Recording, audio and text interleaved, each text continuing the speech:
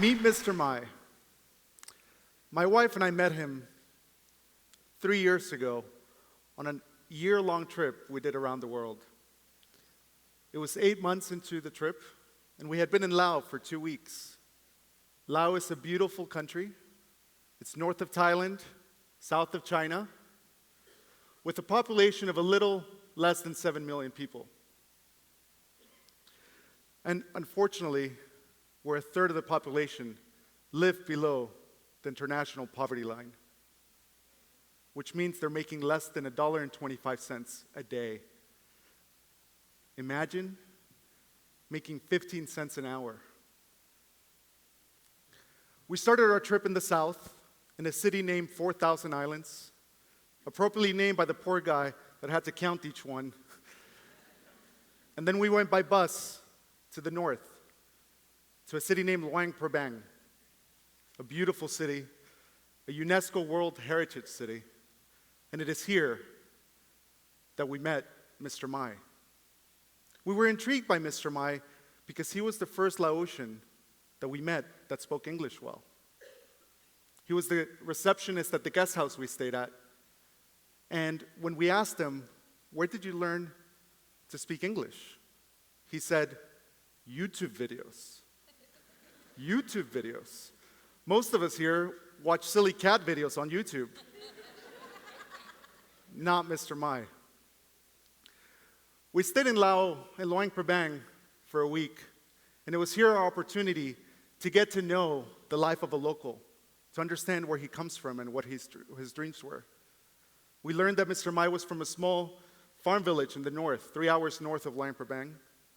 His parents were sticky rice farmers, and he left at a very young age for education. His village had no running water, it had limited electricity, but he pursued education. He went first to a nearby village for high school, and then to Luang Prabang for the university. His dream was to work for a global company and be able to support his family. He worked 7 days a week, studied in the mornings. He slept on the floor behind the receptionist counter because he didn't have the funds to pay for his own place. For months, he would save part of his $20 a week salary in order to save up for a used laptop. And unfortunately, a month before we met him, he lost his laptop. It was stolen. He was sleeping one evening on the floor, left the laptop charging on the counter, and when he woke up, the laptop was gone. Inspired by his story, my wife and I wrote a blog post and started a small fundraising campaign asking our loved ones to donate as little as $5 to help us buy him a new computer. After a few days, our friends responded, and we were able to save enough to buy him a new laptop. So the next day, we shared the news with Mr. Mai, and we happily got on our bikes, started going around town looking for an electronics store. That was difficult. And finally getting there, and I had never negotiated for a laptop before. So difficult. So Mr. Mai was grateful for the gesture, and he invited us to go to his village and visit his family. He hadn't been to his village in the last 2 years due to lack of funds. So he insisted that we joined him. At first, we told him we have to look at our itinerary. Not because we had somewhere to be, but actually because we were afraid. Yes, I was scared. So the first reason I was scared, it was our safety. It's a remote village, 3 hours north. You could only get there by a motorcycle on a dirt road, and we had no helmets. Second, there's no running water in the village. Now, I'm a guy that makes his wife kill spiders in our own house. So what am I going to do in a village with no running water? You people that go outdoors are probably saying, "Giovanni, why don't you just use leaves?" And you're right. Giovanni leaves the village and looks for a toilet with running water. We had plenty of excuses as to why we shouldn't go. Some of our friends said, that we're wasting our time by actually even thinking about going. But pretext aside, we said yes. So on a sunny Thursday morning, we get on our bikes. Mr. Mai's friend who offered us his motorcycle and himself to give us a ride, my wife and I, and we went on a journey. Along the way, we stopped at a market to buy a kilogram of meat to celebrate. In addition, as we continued our trip, we had to get off our bikes and cross creeks on logs multiple times. That was a lot of fun. We finally, after a few hours, we get to his village. It's simple, remote, but with a beautiful landscape.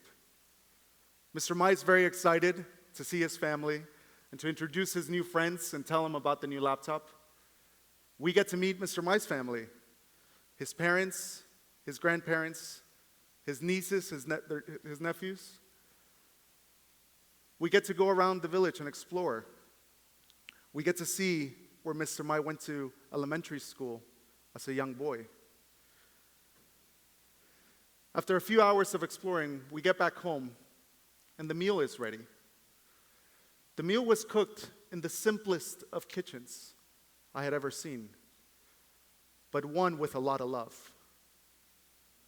It was a surreal experience, sitting there in a remote village on a concrete floor with a bamboo roof, with people I had never met, speaking a completely different language, celebrating, sharing a kilogram of meat that converted into a feast for 12 people. Mr. Mai sat there patiently, translating to and from English, allowing us to share stories with his family. We got to learn that Mr. Mai's dad was a sticky rice farmer, but rice, which is one of their primary sources of income, unfortunately was difficult to sell because the village was so remote. They would save up rice for the entire year so that the entire family and extended family had enough to eat. We continued sharing stories, all the while we were smiling, laughing, celebrating, and sharing a meal. As I sat there, something dawned on me. It was me saying yes to Mr. Mai's invitation that I got to experience this. But it wasn't just this invitation. It was actually a domino effect of yeses that led me to here.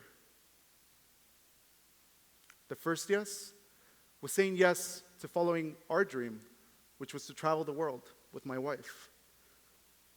Yes, let's explore the world together, we said to each other.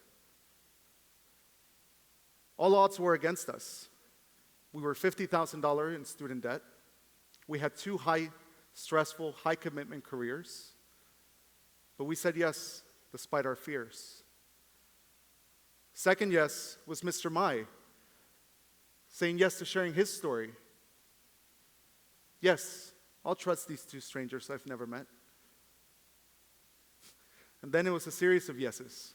Dozens of our friends donating as little as $5 to a complete stranger on the other side of the world.